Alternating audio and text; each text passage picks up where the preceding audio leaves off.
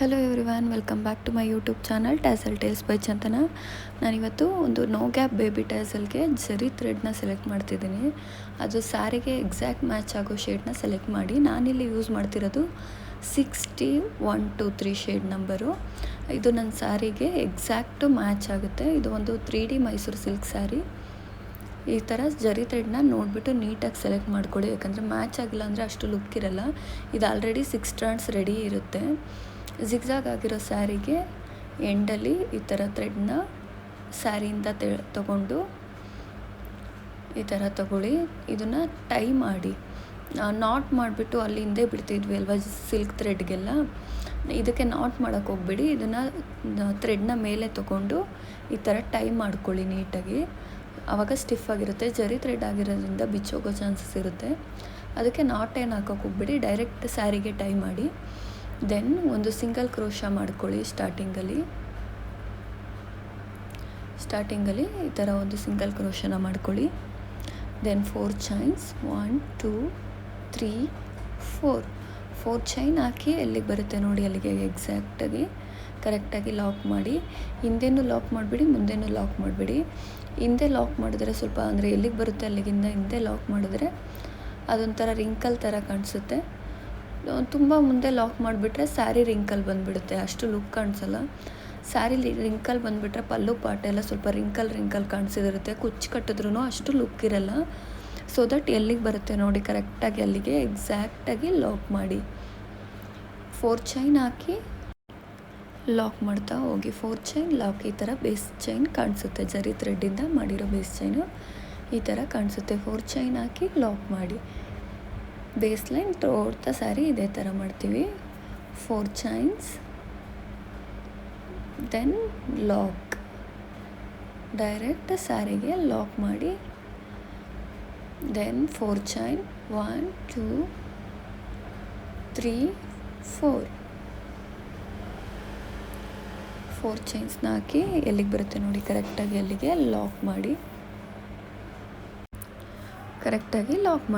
4 chains then lock, ಕರೆಕ್ಟಾಗಿ lock ಮಾಡಿ. Wrinkle ಮಾಡ್ಕೊಬೇಡಿ ಸ್ಯಾರಿನ. 4 ಚೈನ್ ಲಾಕ್. ಇದನ್ನೇ ಥ್ರೂಔಟ್ ದ ಸ್ಯಾರಿ ಕಂಟಿನ್ಯೂ ಮಾಡ್ತೀವಿ. 4 ಚೈನ್ಸ್ ಲಾಕ್. ಇಷ್ಟೇ ಬೇಸ್ ಲೈನು. ಬಟ್ ಚೈನ್ ಅಂದರೆ ಜರಿ ಥ್ರೆಡ್ನ ಯೂಸ್ ಮಾಡ್ತಿದ್ದೀವಿ ಅಷ್ಟೇ ಬೇಸ್ ಲೈನ್ಗೆ.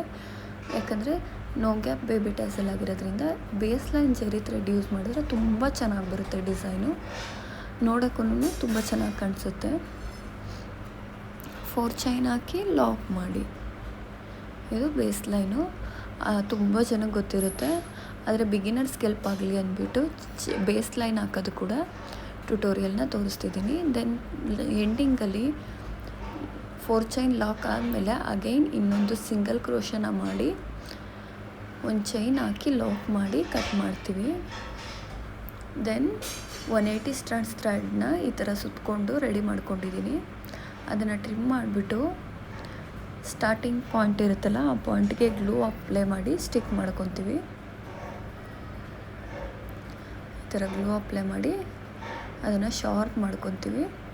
ಸೊ ದಟ್ ಆ ಜರಿ ಥ್ರೆಡ್ಡಿಂದ 4 ಚೈನ್ ಗ್ಯಾಪ್ ಕೊಟ್ಟಿದ್ದೀವಲ್ಲ ಅದರಲ್ಲಿ ಈಸಿಯಾಗಿ ಥ್ರೋ ಆಗುತ್ತೆ ಅಂತ.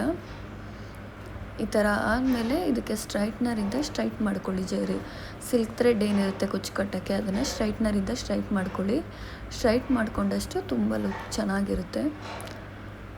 ಅದು ಫ್ರಿಜ್ಜಾಗಿ ಕಾಣಿಸಲ್ಲ ಸ್ಟ್ರೈಟ್ ಮಾಡಿಬಿಟ್ಟು ಕುಚ್ಚು ಕಟ್ಟಿದ್ರೆ.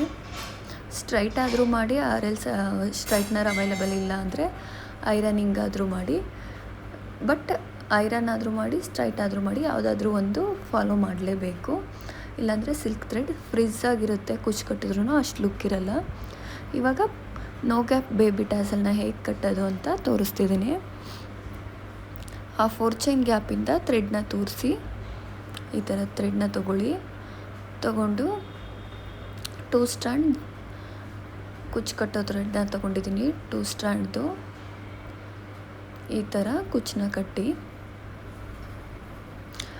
ನಾನು ಒಂದು ಬೇಬಿ ಕುಚ್ಚು ಕೂಡ ಟ್ಯುಟೋರಿಯಲ್ ಹಾಕಿದ್ದೀನಿ, ಅದರಲ್ಲಿ ಟೈ ಮಾಡಿದ್ದೀನಿ.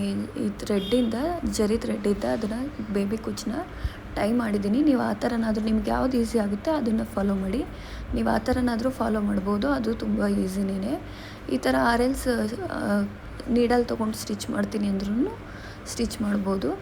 ಬಟ್ ಪ್ರಾಬ್ಲಮ್ ಏನಂದರೆ ಅದು ಟೈ ಮಾಡೋದು ಬಿಚ್ಚೋಗೋ ಚಾನ್ಸಸ್ ಇರುತ್ತೆ. So that back side glue apply ಮಾಡಲೇಬೇಕು. ಬಟ್ ಇದರಲ್ಲಿ ಆ ಥರ ಪ್ರಾಬ್ಲಮ್ ಏನಿಲ್ಲ. ಸ್ಟಿಚ್ ಮಾಡಿರೋದ್ರಿಂದ ಸ್ಟಿಫಾಗಿ ಕೂತಿರುತ್ತೆ. ಸ್ಟಿಚ್ ಮಾಡಿಬಿಟ್ಟು ಎಕ್ಸ್ಟ್ರಾ ಥ್ರೆಡ್ ಏನಿರುತ್ತೆ ಅದನ್ನು ಕಟ್ ಮಾಡ್ತೀವಿ. ಇದು ಎಷ್ಟು ಸೈಜ್ ಅಂದರೆ ಲೆಂತ್ ಎಷ್ಟು ಬೇಕು ನೋಡಿಕೊಂಡು ಕರೆಕ್ಟಾಗಿ ಟ್ರಿಮ್ ಮಾಡ್ಕೊಳ್ಳಿ. ನಿಮ್ಗೆ ಡಿಸೈರ್ಡ್ ಲೆಂತ್ ಏನಿರುತ್ತೆ, ಏನು ರಿಕ್ವೈರ್ಮೆಂಟ್ ಇರುತ್ತೆ ಅದ್ರ ಪ್ರಕಾರ ಲೆಂತ್ನ ಕಟ್ ಮಾಡ್ಕೊಂಡು ಹೋಗಬೇಕು. ಎವ್ರಿ ಟ್ಯಾಸಲ್ದು ಸೇಮ್ ಲೆಂತ್ ಇರಬೇಕು. ನಾನಿಲ್ಲಿ ರಾಮ ಗ್ರೀನ್ ಕಲರ್ದು 6 ಟ್ಯಾಸಲ್ಸ್ನ ಹಾಕಿದ್ದೀನಿ, ಬ್ಲೂ ಕಲರು 6 ಟ್ಯಾಸಲ್ಸ್ನ ಹಾಕಿದ್ದೀನಿ. ನಿಮಗೆ ಯಾವ ಥರ ಇಷ್ಟ ಆಗುತ್ತೆ ನೋಡಿಕೊಂಡು ಆ ಥರನೂ ಮಾಡ್ಕೊಳ್ಳಿ. ಕೆಲವೊಬ್ಬರು ಟೂ ಟ್ಯಾಸಲ್ಸ್ಗೆ ಕಲರ್ ಚೇಂಜ್ ಮಾಡ್ತಾರೆ, 2 ಆ ಥರ ಹಾಕ್ತಾರೆ. ಕೆಲವೊಬ್ಬರು 4 ಆ ಥರ ಹಾಕ್ತಾರೆ. 4 ಟ್ಯಾಸಲ್ಸ್ ಬೇರೆ ಬೇರೆ ಕಲರ್ ಹಾಕ್ತಾರೆ. ನಿಮಗೆ ಯಾವ್ದು ಕನ್ವೀನಿಯೆಂಟು ನೋಡ್ಕೊಂಡು ಹಾಕ್ಕೊಳ್ಳಿ. ಈ ಥರ ಸ್ಟಿಚ್ ಮಾಡ್ತಾ ಹೋಗಬೇಕು. ಅದನ್ನು ಸ್ಟಿಫಾಗಿ ಇಟ್ಕೊಂಡು ಈ ಥರ ಸ್ಟಿಚ್ ಮಾಡಿ. ಅದನ್ನು ಫಸ್ಟು ಒಂದು 2 ಸುತ್ಕೊಳ್ಳಿ.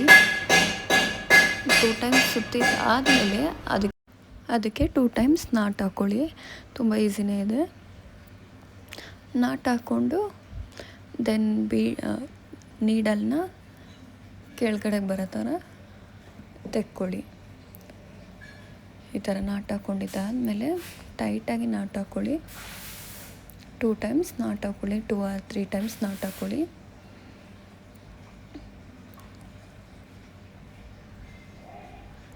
ನಾಟ್ ಹಾಕಿದ್ದಾದಮೇಲೆ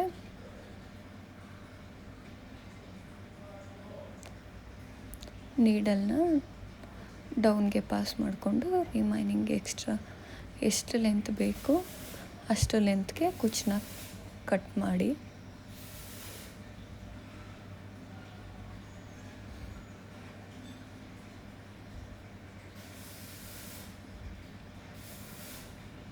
ಎಷ್ಟು ಲೆಂತ್ ಬೇಕು ನೋಡ್ಕೊಳ್ಳಿ, ಅಷ್ಟು ಲೆಂತ್ಗೆ ಕುಚ್ಚನ್ನ ಟ್ರಿಮ್ ಮಾಡಿ. ಇದು ಕಂಪ್ಲೀಟ್ ಆದಮೇಲೆ ಈ ಥರ ಗ್ಯಾಪೇ ಇಲ್ಲದೆ ಇರೋದ್ರಿಂದ ತುಂಬ ಚೆನ್ನಾಗಿ ಬರುತ್ತೆ. ಈ ಥರ ಕಾಣಿಸುತ್ತೆ. ನಿಮಗೆ ಇದು ಇಷ್ಟ ಆದರೆ ಲೈಕ್ ಮಾಡಿ, ಕಮೆಂಟ್ಸ್ ಮಾಡಿ. ಏನಾದರೂ ಡೌಟ್ಸ್ ಇದ್ದರೆ ಕೇಳಿ, ನಾನು ಇನ್ಫಾರ್ಮ್ ಮಾಡ್ತೀನಿ ನಿಮಗೆ ಹೇಗೆ ಏನು ಅಂತ ಎಲ್ಲ. Thank you so much for your support.